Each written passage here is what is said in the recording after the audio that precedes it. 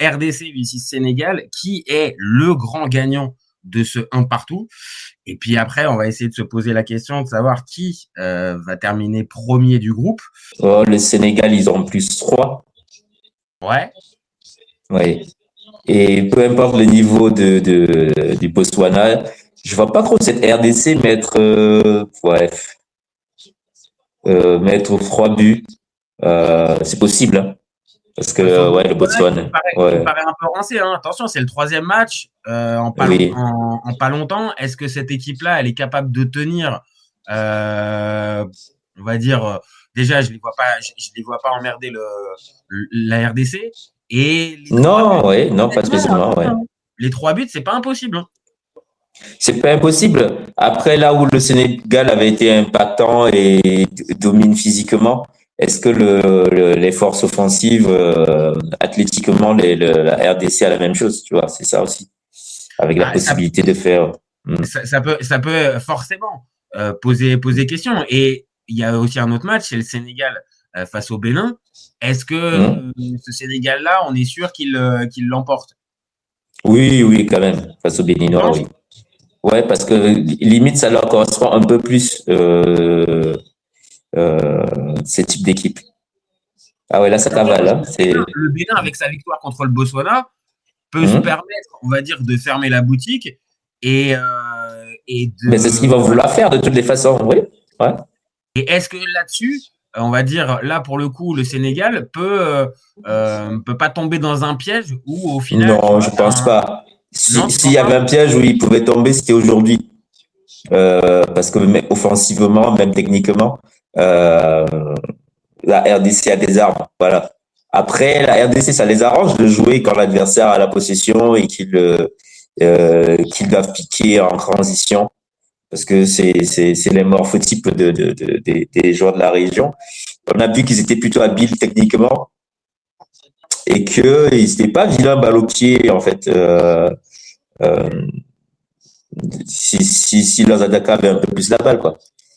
C'est là que tu vois que c'est hyper important d'avoir un coach qui a une certaine sensibilité et une envie de jouer.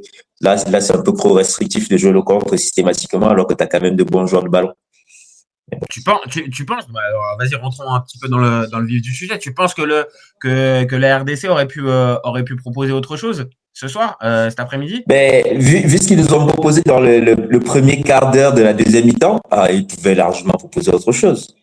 Le premier but, l'ouverture du score, c'est on relance on prend le risque de relancer à une touche depuis la défense,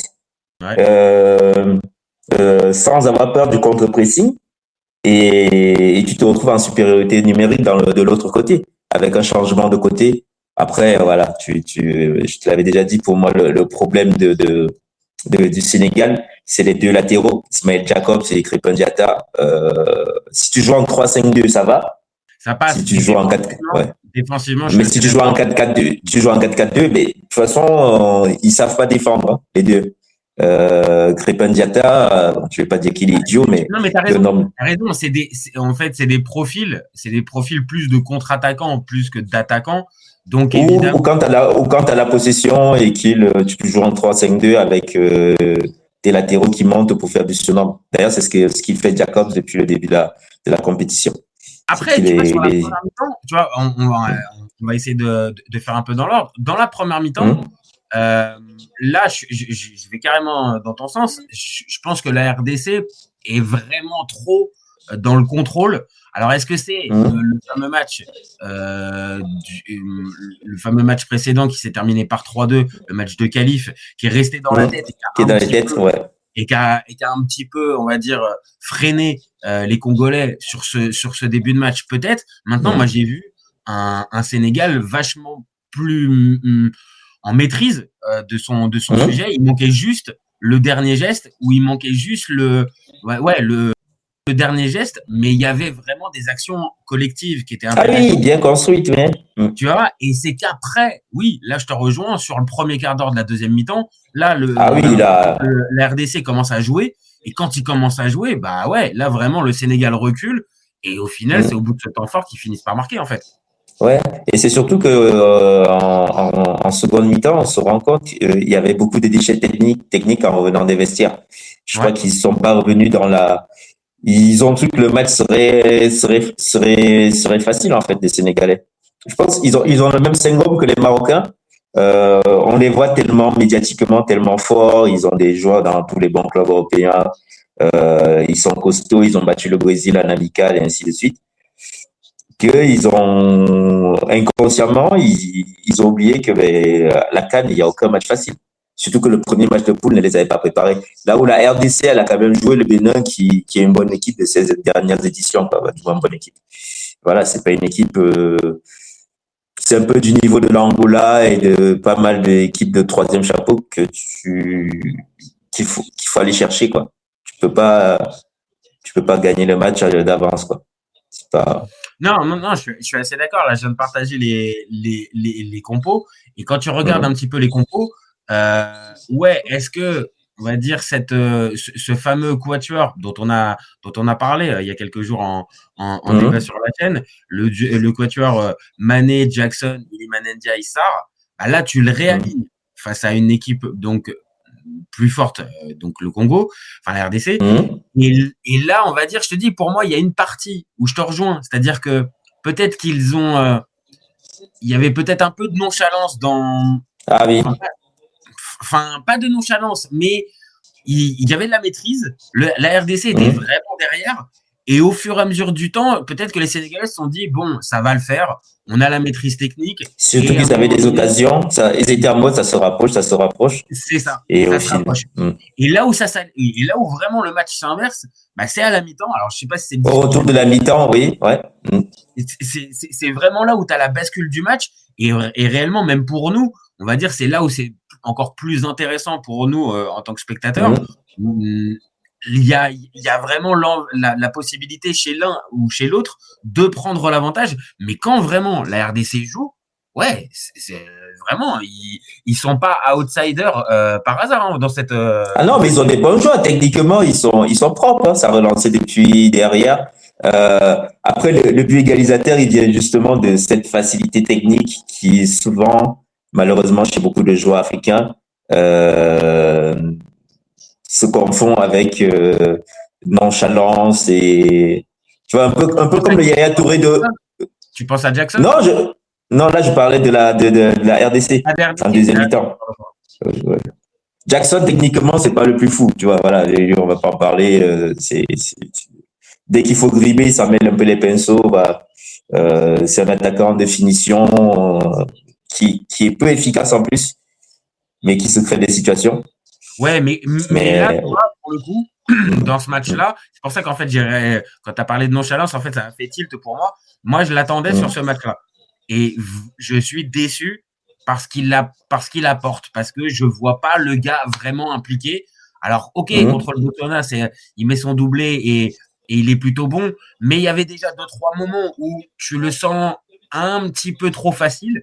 Et là, dans ce match-là, alors que pourtant le niveau en face il est plus élevé, je l'ai senti encore un peu nonchalant et j'ai trouvé limite que c'était plus cohérent quand Diallo est rentré en fait. Oui, sauf que Diallo il a zéro opportunité. Tu vois, je pense que si Diallo il fixe tellement la défense que tu crées des brèches pour les ailiers. C'est ça l'avantage, c'est qu'il se. Et vu le profil de tes joueurs au Sénégal, de côté, Ndiaye et Sarr. Plus Mané qui peut bouger un peu entre les lignes et qui peut naviguer, bon, tu vois, peut-être que tu as plus besoin d'un point de fixation ouais. que Jackson qui peut peut-être faire la différence si tu le lances en profondeur ou qui peut faire la différence techniquement, mais par contre, dans l'utilité et de la cohérence du jeu, moi j'ai trouvé que Jackson, c'était un ton en dessous sur ce match-là. Mais oui, après on va lui mettre une mauvaise note parce que niveau efficacité, il a les occasions pour marquer quand même. C'est ça le problème. Il les a les occasions. Clairement, il les a les occasions pour marquer. Il les a les occasions pour marquer et le pire, c'est qu'il oblige même pas le gardien à faire une parade surhumaine, quoi. Tu vois. Non, parce que la seule frappe cadrée, on va dire, de la première mi-temps, de toute façon, c'est Pape Gueye. Et là, pour le coup, le gardien doit faire l'arrêt, mais c'est pareil, c'est pas non plus un arrêt incroyable. Il fait quand même, il fait quand même la parade. Mais il y a plusieurs situations. Ouais, voilà, tu vois, il est soit en retard ou. Ouais. Moi, j'ai la sensation. Il n'est pas tranchant. Voilà, c'est. Ouais. Il n'est pas tranchant. Hein, il est pas. C'est peut-être le souci de se retrouver dans des grands clubs où tu te retrouves avec Harry Kane au lycée, Kimmich qui te donne des ballons sur le plateau quoi. T'as rien à faire les 90% du temps. On peut en parler. Le milieu de terrain, bon bah on l'a déjà dit, ça manque vraiment d'une couche technique dans ce milieu de terrain. Hein. Ah oui là, mais tout le match. Hein. Le jeu a transité, le jeu a transité par les côtés, mais systématiquement. Je pense qu'en première mi-temps, la RDC n'avait pas la clé et ils sont revenus en deuxième mi-temps. J'ai l'impression qu'ils ont verrouillé les côtés, un peu en mode, non, vous allez passer par l'axe si vous pouvez. Et par contre, eux, ils n'hésitaient pas à relancer parce qu'ils avaient bien vu que Crépin Diatta et Ismaël Jacob se désonnaient. Tu vois, c'est que non seulement ça dézonnait, et après, il faut parler 2 minutes des ailiers de la RDC. C'est-à-dire que. Ah oui, moi j'ai adoré Bongonda aussi. Il te dynamite. Wow. Et même Elia dans un autre style peut-être. Mais chaque il gardait trop la balle, tu vois. Mais chaque Elia gardait trop la balle, tu vois. C'est Bongonda, il leur a fait mal, tu vois. Bah, c'est lui qui est, on va dire, à l'origine du but, parce que c'est lui qui fait sa percée, qui frappe. Bon, après, on peut parler 2 secondes de Edouard Mendy. Déjà le contrôle sur la transversale propre, tu vois, j'étais là, j'ai vu. Ouais, je suis d'accord. Et comment après il se remet dans la course, il enchaîne la frappe. Et ouais, c'est ce que je te disais, Edouard Mendy, il est pas très très clean sur le meilleur gardien de l'histoire du continent, c'est ça, d'après les supporters sénégalais. Et déjà, c'est en première mi-temps, là, il nous fait un arrêt bizarre, on est là en mode Edouard Mendy. Oui, le but hors jeu refusé, là.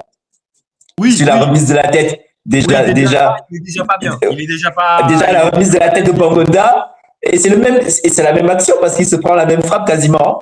Du moins, c'est une reprise de volée, mais c'est quasiment c'est sur lui, légèrement sur le côté. Et le premier mi-temps, il se vautre.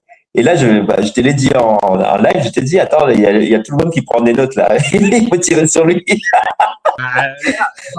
On va dire c'est le basique du gardien en fait. Là, quand tu as une frappe comme ça qui vient de côté, mais jamais tu la repousses dans l'axe. Parce que là, si justement tu as un attaquant qui est. Et encore, il est même pas main ferme, tu vois. Encore, il aurait eu une main ferme et elle va loin, elle boxe à la meilleure. La frappe de Bongonda, elle n'est pas non plus ultra surpuissante. Elle est juste bien placée. Ouais, alors, placée. Ok, je veux bien entendre. Il y a de la pluie, donc peut-être qu'il n'a pas super. Ça fuse. Mais là, normalement, comme tu as dit, tu mets plus de force dans ton arrêt et la balle, tu la dégages véritablement. Il dégage un peu plus loin. Ouais. Tu vois là, il a fait un cadeau, hein. C'était une passe D. Hein. Bah, au final, ça s'est décidé. Bakambu, il en demandait pas tant, tu vois. Là, Ah oui, Bakambu, il avait rien fait du match. Non, mais vraiment, Bakambu, on l'avait. On le connaît, Bakambu. On le connaît. C'est un gars, par contre, qui va pas se cacher dans le sens où il va courir, il va multiplier. Oui, il fait les efforts. Et faire le taf, on va dire, défensif de l'attaquant. Par contre, on le sait tous, sur l'efficacité, bon, ça n'a jamais été déjà son. Ah, des fois ça rate, mais en RDC, ça va. Bon, après, il pourrait être un peu plus efficace. Je me rappelle d'un péno de lui à la CAN 2023. Ouais, c'était pas. C'était pas génial. Mais je suis d'accord. On va dire à l'échelle de la RDC, bon, bah, tu te retrouves avec un Bakambu et au final, ce soir, bah, c'est lui qui est le buteur. Bon, voilà, mais comme tu l'as dit, si t'as pas l'arrêt d'Edouard Mendy qui est moyen, voire mollasson, Bakambu, je pense qu'il le marque pas le but. Donc, après, l'action était super bien construite. Hein. Ouais, l'action était super bien construite. Et tout comme le but refusé pour hors-jeu en début de match pour la RDC, l'action était bien construite et ça jouait. Et tu vois, et là, tu vois qu'ils ont quand même bossé pour voir le placement des deux latéraux parce que ils cherchaient systématiquement les transversales sur les changements de côté, quoi. Euh, Parce que clairement, Ismaël Jacobs et Crépin Diatta, plus Crépin Diatta quand même, parce que c'était son plus Crépin Diatta. Mais les deux sur les longs ballons. Oh, la barre! Pardon, je regarde le match le meilleur match de la CAN Tanzanie-Ouganda. Ça joue, hein? Ouganda, Tanzanie. Ah ouais, le match le Safari et Tico. Est-ce que c'est du même niveau que celui d'hier Non, non, non, non, non, non. Ça joue vraiment. Là, ça joue. Ça joue vraiment? Ah, c'est pas soporifique, ça joue en une touche. C'est juste que tu peux pas regarder, mais ça joue en une touche, ça va dans les deux sens. Voilà, occasion pour les Tanzaniens maintenant face à face. Et voilà, ça, ils se montrent. Ah oui, là, c'est. Ah oui, là, c'est un match de. Ouais, c'est. Bon, là, on est en live, mais ça va vraiment dans tous les sens. En plus, il y a deux pays de sprinters, là, les hauts plateaux d'Afrique de l'Est. Tu penses que ça ouais, tu penses tu mettrais quoi sur Ouganda ou Tanzanie? Tu mettrais une piécette? Ah, mais j'avais dit quoi, moi? J'avais dit. Je sais plus si j'avais dit Tanzanie, je sais plus. J'avais dit Tanzanie, je crois. Mais ça joue, les deux équipes jouent, hein. Ça joue à des touches. Non, le jeu est hyper débridé. Hyper débridé. Attends, j'arrive même plus à me rappeler le match que c'était hier. C'était. Attends. Celui de 18. Ah oui, Zambie. Comores. Ouais. Zambie Comores, ouais, c'était dur. Ouais, c'était dur. Ouais, c'était vraiment pas très, très sympa. Donc non, là pour en revenir en fait au match, il y a un bonhomme dont on n'a pas parlé depuis le départ. Je sais que je vais te faire rigoler. Amis supporters sénégalais, il faut que vous sachiez, Serge, il est toujours un peu taquin sur le sujet Sadio Mané. Donc, oui, depuis Liverpool. ne prenez pas, on va dire forcément comme argent comptant, les petites piques qui viendraient à donner, c'est plus de l'humour que véritablement premier degré. Donc, qu'est-ce que tu as pensé dans Sadio Mané là? Parce qu'au final. Moi, j'ai aimé son match quand même. J'ai aimé son match. Moi, j'ai aimé son match. Finalement, il a joué plus ou moins dans le même registre que Brian Bomo l'autre jour. Même si c'est. Après, on voit qu'il a plus les mêmes jambes. Il y a plusieurs balles en deuxième mi-temps. Il peut tuer le match s'il a encore, plus 2 en point de vitesse. Il a plutôt plus 2 au niveau de l'âge. Malheureusement, on pourra plus l'avoir. Mais dans un peu différent, ouais, il était assez intéressant, je l'ai trouvé. Oui, mais moi, le souci, après là, c'est l'animation du collectif du coach. On préférait avoir Ismail Assar ou Ndiaye dans ses positions excentrées et lui qui est plus dans l'axe avec l'âge. Parce que mine de rien, il vampirise les ballons. Même sur la fin, la deuxième mi-temps, il y a une balle qui est donnée par Lamine Camara. S'il la laisse passer, l'ailier, il est tout seul. Mbaye est tout seul et il intercepte la balle, quoi. Il est toujours absorbé par la balle. Alors bon, je vais pas faire des débats sur son intelligence de son QI football, mais bon. Voilà. Non, mais par contre, sur on va dire ça après implication défensive, on peut encore reprocher.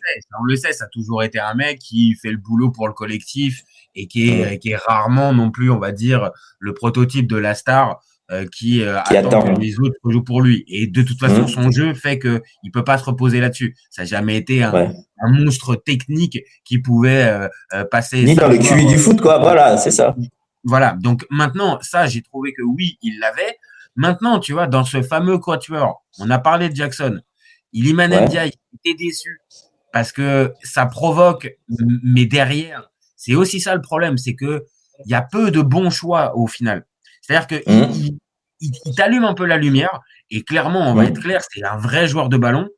Mais par contre, dans le dernier geste, en tout cas ce soir, ça manquait de fluidité. Et Ismail Et en Assar, deuxième mi-temps, il disparaît.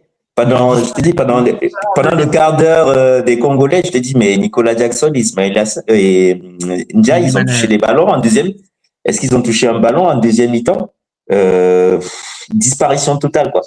Et même on l'a beaucoup moins vu. Et forcément, le contraste, je pense que tu vas être d'accord, quand tu vois Mbaye qui rentre à sa place. Ah oui, c'est le jour et la nuit. Alors peut-être qu'il bénéficie aussi peut-être la fatigue, la blessure de Masuaku sur son côté et du côté un peu peut-être fatigue des défenseurs. Mais par contre, il a vraiment dynamité le côté. Mais, ah oui, il a mis de la volonté, et il est allé les chercher, il voulait leur faire mal. Il voulait leur faire mal. Donc pour moi Mbaye, il postule vraiment pour le prochain match parce que est-ce que tu repars sur Ismail Assar vu son match et vu l'entrée de Mbaye? Moi franchement je suis à la place de Papio, je me pose la question vraiment. Toi, moi, le vrai souci aussi, c'est l'animation dans l'axe, tu vois. Mais on a eu que du jeu sur le côté, en fait. Et c'est durant toutes ces cannes, c'est un peu le même schéma que toutes les équipes ont. Et derrière, ça te fait des équipes assez faciles à défendre, en fait.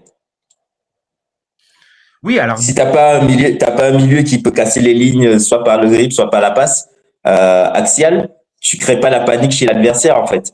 Les équipes savent juste qu'elles défendent de haut, elles bloquent les côtés et t'es en difficulté. Tu as vu les premières relances de la RDC, on passait par l'axe, on ressortait, on combinait, et après les côtés étaient ouverts, en fait. Mais après, ça tourne bien. Je pense que le milieu congolais, avec Moutou Sami en sentinelle et Muko et l'autre au milieu, il y a une vraie collectif, ils ont l'habitude de jouer ensemble. Ça me paraît plus cohérent et avec justement les deux flèches que tu as sur les côtés, plus Bakambu, en fait, pour moi, ça me paraît plus cohérent que le milieu du Sénégal. Vraiment, je sais pas, toi tu peux m'en parler, tu es supporter de l'AS Monaco, mais franchement, Lamine Camara, il peut pas jouer dans cette équipe-là et avoir justement peut-être cette passe. Alors, je te dis pas que c'est un vrai meneur de jeu, mais pour moi, il est plus offensif et il est plus à l'aise dans les 30 derniers mètres qu'un Pape Gueye ou alors un Gana Gueye. Après, il y a les statuts. Ouais. Il est victime des statuts, là. Par le statut, en fait, que Lamine Camara, il joue pas? Ben oui, je pense, oui. Ouais, c'est le même débat qu'on a avec Sadio Mané ou non. C'est que il y a après c'est le propre des équipes nationales, hein, ça fonctionne comme des clubs. Voilà, tu as des gens qui sont là depuis des années, qui ont donné, et souvent on part dans des compétitions avec plus de la cohésion que forcément du talent individuel poste par poste. Parce qu'après, il y a le leadership aussi. Mais le souci, tu me le disais avant, des retours au pays, comme quoi Gana Gueye, il freine les jeux, mais chaque fois qu'il touchait la balle, il la renvoyé en arrière, quoi. Mais c'est du triste. Quand t'as affaire à des blocs bas comme ça, et c'est ça qui donne ce sentiment d'apathie et de nonchalance, en fait. Et qui fait que tes ailiers, ils sont obligés de crier dans des situations de 1 contre 1, de 1 contre 2. Alors que si la balle allait un peu plus vite vers l'avant et pas qu'on s'en débarrasse, mais qu'on va vite vers l'avant et qu'on cherche pas à trifouiller ou qu'on joue pas la sécurité, qu'on prenne un peu de risque, tu peux casser les lignes. Tu l'as vu sur le deuxième mi-temps des Congolais, c'était ça en fait. Hein. Les milieux, ça relançait direct. Hein. À une touche, pour contrer le pressing. Ouais. Vas-y, termine. Ouais, pour conclure le pressing, là, t'as l'impression que les mecs, ils avaient l'impression d'être le Barça de Guardiola. On garde la balle, 65% de possession en première mi-temps. On va couvrir la faille. Mais tu couvres la faille si tu crées la panique, en fait. Si t'es juste en train de faire des passes latérales, en envoyant la balle sur le côté, en espérant un appui remise qui te crée de l'espace pour faire une passe en retrait, ça marche. Ça marche parce que t'as des attaquants puissants et qu'athlétiquement, t'es supérieur. Ouais, mais face à une équipe bien regroupée et qui a un minimum de niveau, ça passe pas. Pour moi, je vais. Oui, mais parce que Nicolas Jackson n'a pas non plus. Allez, on a dit qu'il n'a pas été efficace. Il n'a pas non plus l'occasion. S'il en a eu une qui est grosse, mais ses autres frappes, elles sont dures à placer quand même, tu vois. C'est pas. Non, elles sont bien placées. Mais tu sais, t'en as une aussi comment? Je crois que ça doit être en deuxième mi-temps. En premier. Où comment Sarr déborde et il est en retard, tu vois. Il est en retard de pas, de pas grand-chose. Et pour moi, pour prolonger ce que tu disais au milieu, moi, je vais te dire, t'enlèves Gana Gueye. Pour moi, Pape Gueye peut largement faire ce rôle de sentinelle. Et en plus, il va quand même un peu plus vers l'avant. Un peu plus vers l'avant, ouais. Tu vois, et à côté, tu lui fous Lamine Camara. Honnêtement, je pense que là, avec ces deux profils-là, Pape Gueye plus Lamine Camara au milieu du terrain, et tu veux garder ton quatuor, bah tu le gardes ton quatuor. Ok, pour moi, là, honnêtement, ça peut coller. Mais si tu continues de garder Gana Gueye avec Pape Gueye, pour moi, les deux font doublon, en fait. Au-delà de leur nom, pour moi, ils font doublon, en fait. Et ça, voilà, Gana Gueye, on le sait, il n'y a même pas de problème de respect vis-à-vis de lui. Il a été champion d'Afrique, c'est un gars qui est vaillant. Derrière, il n'y a rien à dire. Mais là, maintenant, en 2025, bientôt 2026, non, titulaire indiscutable, pour moi. Surtout que ça n'a jamais été le mec pour une équipe de possession. Hein. Mais non, clairement pas. Ou alors à la grande. C'est un mec il y a 6 ou 7 ans. Même pas, parce que ses meilleures années, c'est Everton, c'est une équipe de contre. Et où on l'a vu briller au PSG, c'est sur un match où ça défendait. On l'avait vu au Four au Moulin, je sais plus contre quel club, et tout le monde l'adorait. Non, c'est un mec, c'est pour des équipes qui jouent le contre et qui vont presser haut et qui vont chercher la balle dans les pieds des adversaires. C'est pas. Après, c'est les limites techniques. Tu sais, quand t'as souvent Daniel qui nous sort les formations à la française de l'époque, le black musclé qui met des coups et qui est un peu polyvalent sans être génial balle au pied. Il ressemble quand même un peu à ça, quoi, Idrissa Gueye, quoi. Bah, sans aller jusqu'à ce cliché. C'est la parodie, ouais. Là, on va dire dans ce qu'on voit, ouais, le Sénégal est quand même plus ambitieux, je trouve, dans le jeu pour comparer à ce qu'on voyait avec Aliou Cissé. Donc il y a quand même, je trouve, plus de prise de risque offensive. Mais par contre, si cette prise de risque, elle s'accompagne, alors vraiment du gars régulateur, enfin là, on vient de le dire, pour moi, ça fait doublon. Et si encore t'as pas de 8 à la limite, d'alternative, tu peux jouer un peu, on va dire un peu plus haut. Mais pour moi, Lamine Camara. Mais là, tu les as. Ouais. Tu vois, t'as même pas Matar Sarr, je crois qu'il est là. Je sais pas s'il est là, Pape Matar Sarr. Mais en tout cas, il y a vraiment matière à mieux faire. Par contre, qu'est-ce que tu as pensé de la défense? Niakhaté et Koulibaly. Ah, sereine. Après, ça prend de l'âge, quoi. Tu vois, quand ça défendait haut et que c'était envoyé en profondeur, il y a une occasion où Koulibaly a du bol. Voilà, Koulibaly a du bol qui l'amène mal parce que bon après, c'est ce que j'aime bien dans cette CAN. Les défenseurs sont pas, et les gars ils lâchent pas. Ouais, et les gars ils lâchent pas. On n'a pas pour l'instant de tag de boucher ou les trucs. Non. Par contre, pareil, il lâche pas. Les replis défensifs sont faits par toutes les équipes. Chaque fois que tu vois une balle de contre, tu te dis non, ça va être un contre un. Non, tu vois 5-6 joueurs qui déboulent. Chaque fois, tu dis mais t'as même pas le temps de respirer. Tu vois, je suis en mode ah ouais, il lâche pas. Je suis assez d'accord. Mais pour moi, autant les deux pistons, on en a parlé, enfin les deux latéraux. Ouais, il y a vraiment des questions sur leur profil. Défensivement. Autant la charnière centrale, pas de. Enfin, je l'ai trouvé plutôt rassurante. Parce qu'on se pose toujours des questions sur Koulibaly, on ne le voit plus. Il joue en Arabie Saoudite. Donc, c'est quoi l'état de forme? Est-ce que c'est toujours le patron? Non, il est plus à son prime.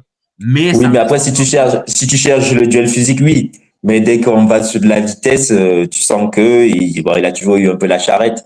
Mais il y a quand même une séance de placement. Mais après, il a eu du bol. Je pense qu'il a eu du bol. Bambona n'était pas plutôt de son côté, tu vois. On l'a pas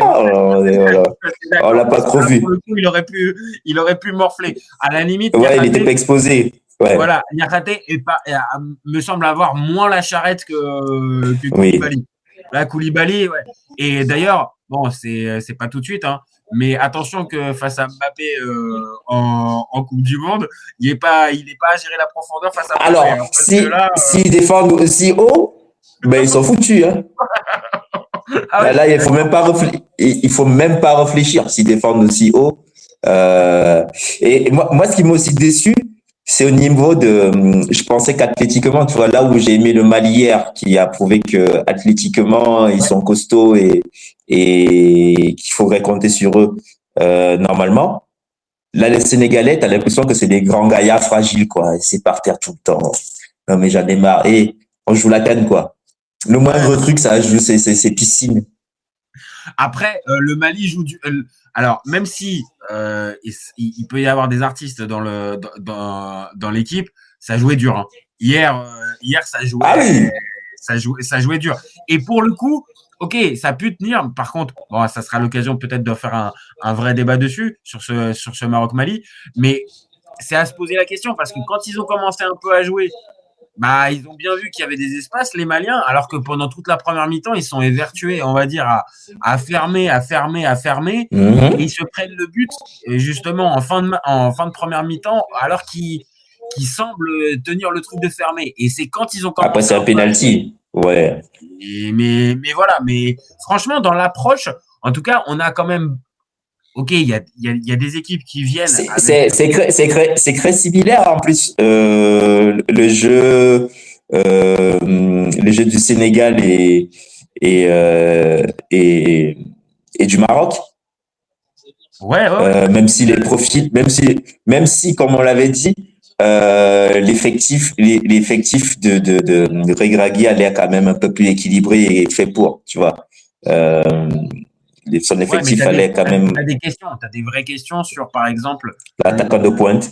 voilà, j'allais te dire directement. Et la défense centrale, Et, et la défense ouais. centrale, pour moi, il y a des questions. Mm, Il y a des vraies questions parce que El Yamik, là, mm. Mais par euh, contre, on a vu que toutes ces équipes-là, quand ça joue en une touche au milieu pour faire barrer le contre-pressing parce que c'est devenu à la mode, tu crées des brèches très vite. Hein. Tu fais un appui remise. Les défenseurs, ils passent le temps à se jeter au pressing. On aurait dit nous quand on est au faille, quoi. C'est un truc de malade. oui, mais c'est ça qu'on aime aussi. Tu vois, c'est ça qu'on aime. Oui. Ça veut dire aussi, c'est de l'intensité, c'est qu'en même temps, on veut aller gratter le ballon. Et là, Oui, par mais exemple, bon, on va les gratter, on va les gratter, on va les gratter. Le mec, il fait un 1-2, il n'y a plus personne, quoi. on va aller gratter les chevilles aussi. Parce que je te dis, hier, quand même, les Maliens, il y avait aussi un peu l'esprit quand même de bien mettre le pied sur le ballon et Oui, pas bah oui, mais parce que l'adversaire, tu sais qu'ils n'ont pas la culture de ils aiment combattre bien un peu jouer. non, Ah oui, non, non, ils l'ont non, non, pas. non, non, non. Ah, C'est on l'a vu, les Égyptiens, ils ont la culture du combat. Hein. On l'a ah vu oui, avant, il y a eu du ah MMA oui, juste avant. Hein. mais ça c'est l'ADN. Ouais. Ça c'est l'ADN Hum, égyptien. Ça, il n'y a aucun problème. On a compris. La baston, comme la fin de match hier face à l'Afrique du Sud. Mais ça, ils adorent. Ils sont dans leur zone de hum. confort. En plus, avec un but d'avance à défendre. Non, mais alors là, ils sont. Mais tu T'avais peux pas les l'impression qu'ils jouent à laisser. 12. Ils sont 10. T'as l'impression qu'ils jouent à 12. Ils étaient à l'aise. Franchement, quand tu regardes la deuxième mi-temps, l'Afrique du Sud, malgré qu'ils soient en supériorité numérique, alors ok, il y a pour moi le scandale du penalty, parce que pour moi, Oui. vraiment, enfin voilà, pour moi le penalty, il n'y a même Hum. pas de débat. Mais au-delà de ça, Ouais. tu sens pas que l'Afrique du Sud a vraiment mis Ah oui, sous pression de dingue. T'as senti que l'Égypte avait mis le bus, que vraiment, ok, ils allaient procéder plus qu'en contre, voire même en long dégagement. Et encore, ils ont eu des opportunités. À chaque fois qu'ils Et ressortaient, tu étais là, t'as en raison fait, en plus. tu T'as étais là en raison. mode, mais en fait, ils savent jouer au foot. Euh, ouais, ça nous a, c'est les deuxièmes journées, vu que c'est chapeau 1 contre chapeau 2. J'ai vu qu'il y avait Philippe Doucet et d'autres personnes qui critiquent en Europe en disant que c'est un scandale. Pour moi, c'est super. Voilà. Les deux petits, ils règlent les comptes très vite. Et les deux gros, ils voient où ils en sont, quoi. Ça t'évite des matchs de poule inutiles. Euh, Pourtant, Philippe Doucet, après, pourtant, Philippe Doucet, on a quelqu'un sur la chaîne, Aurélien pour pas le hmm, nommer, qui le connaît personnellement. Il y aurait une ouais. histoire de, il y aurait une histoire de pâté de pâté de rillettes, je sais pas, bon, voilà, on va pas aller plus loin, mais non, mais je suis d'accord. Peut-être que, en fait, ce calendrier-là, oui, ok, peut-être que y a à redire. Maintenant, c'est pas mal aussi parce que ça te donne des vraies affiches et pour un match important, pas dans le calcul. Donc, moi, c'est Ouais, ça aussi c'est que j'aime ça. bien. C'est que, en fait, là, on va dire, il y a pas d'équipe qui en garde un peu sous le pied en se disant, bon, bah, de toute façon, euh, je suis déjà qualifié ou Ah je suis en non. train de préparer le Ouais. match d'après. Là, on est vraiment, bon, bah, ok, certes, il y a eu la première journée qui est passée, donc t'es pas complètement à zéro. Mais maintenant, il n'y a aucune équipe de qualifiée au coup d'envoi. Donc, pour moi, Ouais. ouais, j'aime bien ce truc-là. Et puis, ça permet aussi de centrer, peut-être pendant l'espace d'un gros week-end, toutes les grosses affiches Ah oui, de Cannes. pendant 4 jours, oui, là. Après, ça fait que tu te retrouves avec une dernière journée, comme on a eu la dernière fois avec l'Algérie qui se fait surprendre par, je sais plus qui, là. La Mauritanie. La La Mauritanie. Mauritanie. Non, Attends, mais on va pas désolé, les Algériens. on va pas leur rappeler Oui, ce nouveau. oui. Mais tu vois, au final, Après, ok, peut-être que après avoir été tu auras peut-être Hmm? des affiches déséquilibrées pour le dernier match, mais par contre, vu que tu as le suspense, on va dire, de la qualification ou pas, moi, pour le coup, Hmm?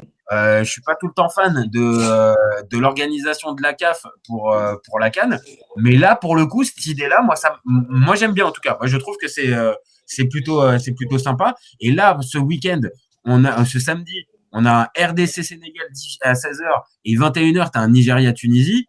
Franchement, c'est pas Ouais. mal. Demain, à 18h30, tu as un Algérie, Burkina Faso et 21h, tu as un Cameroun-Côte Ah non, d'Ivoire. non. Nous, on joue en Eh, prime time tout le temps. Nous, on est là ah, pour prime time, quoi. j'avoue, c'est 2 fois de suite en prime time, hein. J'avoue, 2 fois de suite, hein. Nous, on est là pour le divertissement, tu vois. On est là, la veille de Noël, on est là. Le dimanche soir, pareil. Ah, Voilà. bah, Non, allez, ça, on va c'est sûr regarder. que ça va être un divertissement. Demain soir, ça va être un divertissement, Non, forcément. mais pour revenir au match, moi, j'ai bien aimé, tu vois. Ouais. Moi, j'ai bien aimé parce que au final, on voit qu'il n'y a aucune équipe qui sort du lot. Le Sénégal est quand même supérieur techniquement. On voit qu'il y a du potentiel, mais dans l'alchimie et c'est ce qu'on reprochait à l'ancien coach. On attend toujours la touche des entraîneurs, en fait, la patte du sélectionneur, quoi. Ouais, la patte du sélectionneur, ouais. Mais tu vois, l'Afrique du Sud a une identité, l'Égypte en a une, euh, le Sénégal et le Maroc, pourtant ils ont fait huitième de finalistes et demi-finalistes du mondial. Tu as l'impression que ça joue sur le talent. J'ai bien aimé l'analyse sur Winamax qui disait qu'on a été bluffé par le résultat en lui-même du mondial au Qatar, parce que c'était beaucoup de solidité défensive et on fait mal en transition. C'est vrai. Mais dans l'aspect même maîtrise, contrôle du jeu, c'était pas trop ça en fait ces matchs. Hein. C'est quoi? Il y a 2 séances de tir au but dans le lot. Ouais, 2 séances, ouais. Ouais. La Croatie et ils sont qui le Portugal, l'Espagne, ouais. L'Espagne et la Croatie qu'ils sortent, c'est ça ou je sais plus. Je sais qu'ils sortent Attends. l'Espagne. Ils sortent le Portugal et l'Espagne, mais je sais plus que si ils battent le Portugal 2-0, c'est ça? C'est le Portugal qui bat dans le temps, C'est le Portugal qui te bat dans le temps réglementaire au temps et c'est réglementaire. l'Espagne, ils les sortent Il, au pénalty. Au au pénalty. penalty et la Croatie pareil, c'est ça? Et la Croatie, non, en fait, ils les ont dans la poule. Ils les ont dans la Ah, poule, la ils ont dans Croatie. la poule. Ouais. Ils les ont dans la poule. Non, Mais mais peut-être. Attends, je vais te dire, je vais peut-être prolonger ça. Est-ce qu'en fait, Sénégal et Maroc, même si pour le coup, c'est pas réellement le débat, mais est-ce que ces deux équipes-là, en fait, c'est pas des équipes à domination européenne? En fait, moi, j'ai pas l'impression, en fait, qu'il y a un vrai style de jeu. Là, je parle de cette équipe-là maintenant tout de suite, hein. Je parle pas en général, hein. Là, je parle de ces équipes-là. Pour moi, c'est des équipes européennes, standards, qui sont, on va dire, avec des joueurs équilibrées. européens, Et oui. voilà, avec les 3 quarts des joueurs qui jouent dans les championnats européens et qui ont les 3/4 étaient formés dans les championnats européens. Donc, on n'a pas ce fameux côté spécificité, peut-être lié à l'Afrique ou même au continent en question. Et je trouve que même les coachs, dans leur approche, ouais, on est sur un truc qui se rapproche, ouais, je te dis, de l'européenne. Et je vois pas Ouais, c'est ça. Ouais. Il n'y a pas de folie, ouais. La fameuse folie qu'on peut avoir. Alors attention, hein, il y a des écoles européennes un peu plus audacieuses que d'autres, mais les 3/4, c'est plus standardisé et on est plus dans le contrôle, la maîtrise et tout ça. Ah oui, ils sont formatés, ouais. Et c'est ça. Et là, peut-être que dans ces deux sélections, bah ouais, évidemment, tu retrouves énormément de bons joueurs. Mais par contre, cette identité, cette culture, ce fond de jeu, cette tradition, putain, je sais pas, ouais. Alors peut-être que c'est les coachs, hein. Peut-être que c'est Regragui et Thio en question qui insufflent pas, tu vois. Mais Thio vient d'arriver, mais il a un nouveau groupe. Il doit faire la transition entre deux générations parce qu'il a quand même, il récupère une génération qui avait tout gagné en jeune et même la CHAN aussi. Mais les années passent. Hein. Après, c'était il y a pas si longtemps la CAN 2021, tu vois, mais ça fait quand même 4 ans déjà. Après, on dit souvent qu'un cycle, c'est 2 Coupes du Monde, tu vois. Voilà. Est-ce que ils ont fait les 2 dernières avec certains joueurs? Est-ce qu'il serait pas temps ce sera la dernière, il serait pas temps de changer, quoi. Bah, je pense que en fait, il y a un espèce de ticket, c'est-à-dire que tu es obligé entre guillemets d'aller avec ce groupe-là jusqu'à la Coupe du Monde 2026 et qu'après, évidemment, je pense que tu as tout un tas de cadres, par exemple les Gana Gueye dont on a parlé, les Kalidou Koulibaly, je pense que voire même un Edouard Mendy, parce que on n'en a pas parlé, hein, mais sur le banc, tu as quand même un Yehvan Diouf, hein. Et pareil, pour en avoir un peu discuté avec des gars au pays, ouais, ça se pose aussi un peu la question, hein, au-delà de la blague avec les gros amateurs, les gros fans de Edouard Mendy, il y a aussi tout un tas de personnes qui se posent des questions et je pense que ce match-là va aussi continuer d'alerter un peu. Donc voilà, il y a quand même du réservoir dans cette équipe-là. Pour moi, il y a quand même il y a des jeunes joueurs qui peuvent encore être là pour les prochains cycles. Maintenant, les anciens, tu es obligé de composer avec eux jusqu'à la Coupe du Monde 2026. Maintenant, la vraie question, c'est est-ce que tu es obligé de les mettre à chaque fois titulaires indiscutables? Ça, tu vois, c'est la vraie question. Koulibaly, tant qu'il est efficace, je pense qu'il n'y a pas de problème. Mendy, il y a vraiment à se poser la question parce que tu as Diouf qui est vraiment un bon gardien et qui peut taper à la porte. Et pour Gana Gueye, on l'a dit tout à l'heure, okay, il y a du monde. Il y a du monde. Donc, bon, voilà, tu es un peu entre les deux et tu as raison, Papio, il peut peut-être pas non plus mettre son empreinte tout de suite, sachant qu'en plus, ça a fonctionné avec Aliou Cissé. Donc, peut-être. Mais je pense quand même que ça manque un peu d'audace. Et Regragui, c'est un peu pareil. On est un peu sur un style. Et pourtant, Regragui, je sais qu'il a des joueurs de talent et des joueurs de ballon. Après, là, on est sur un côté mentalement, est-ce que ces mecs sont habitués à gagner? Parce que là, ils nous avaient fait une Coupe du Monde de l'espace alors que les mecs, c'était des vauriens en club pour beaucoup. Mais clair, voilà, on va pas mâcher les mots. Les qui sont des top players de la Coupe du Monde 2022 alors qu'on les a vus en Ligue 1 non, mais l'autre, il était à Angers, mais c'était des catastrophes, quoi. Ah, toi, tu dis carrément des catastrophes. Moi mais oui, mais tu vois.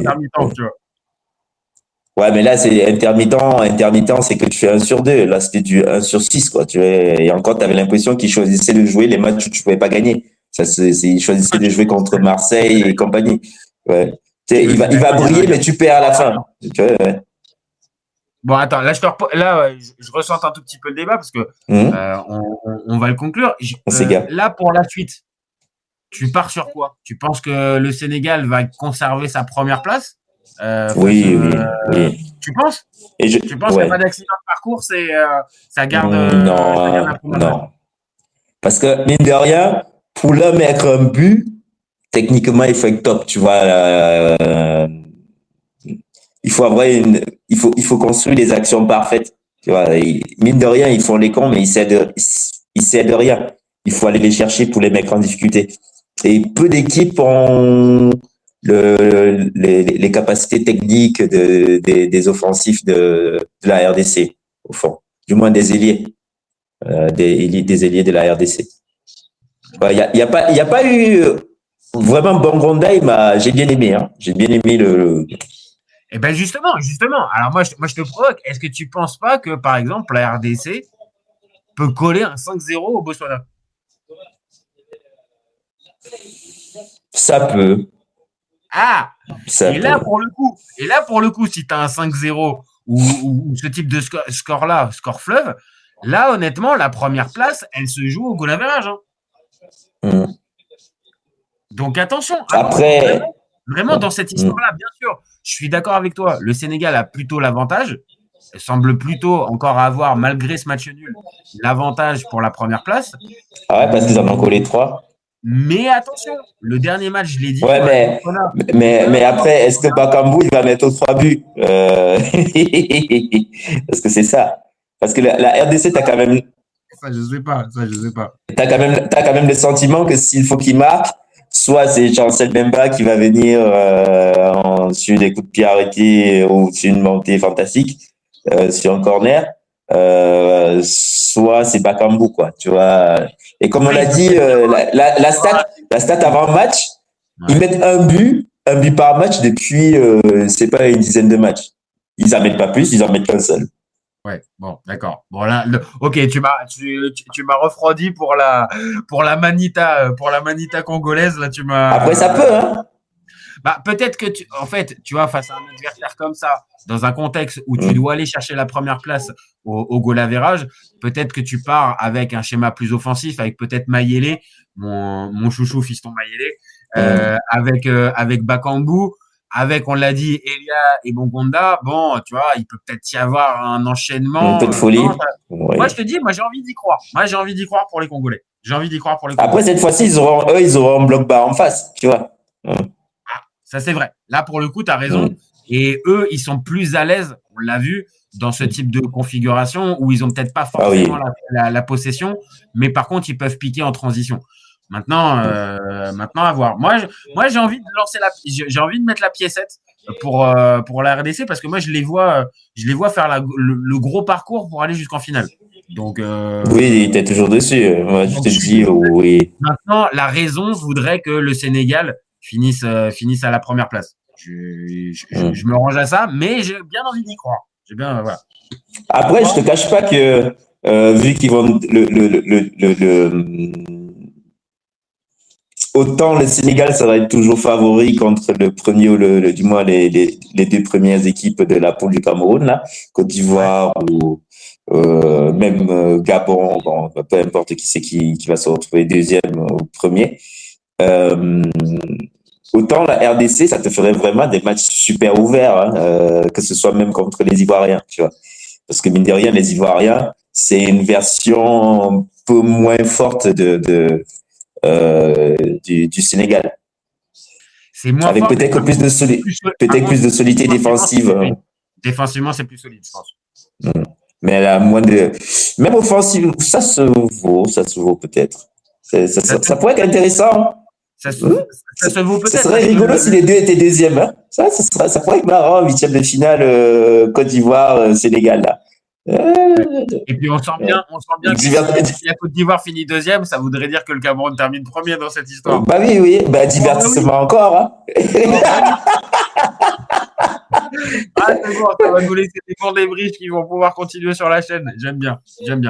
Oui, mais je t'ai dit, je t'ai annoncé hier qu'il pourrait avoir une surprise Maroc et tout. Donc, j'avoue, pour ceux qui n'auraient pas vu, Serge le précise dans la vidéo qui a été publiée ce matin.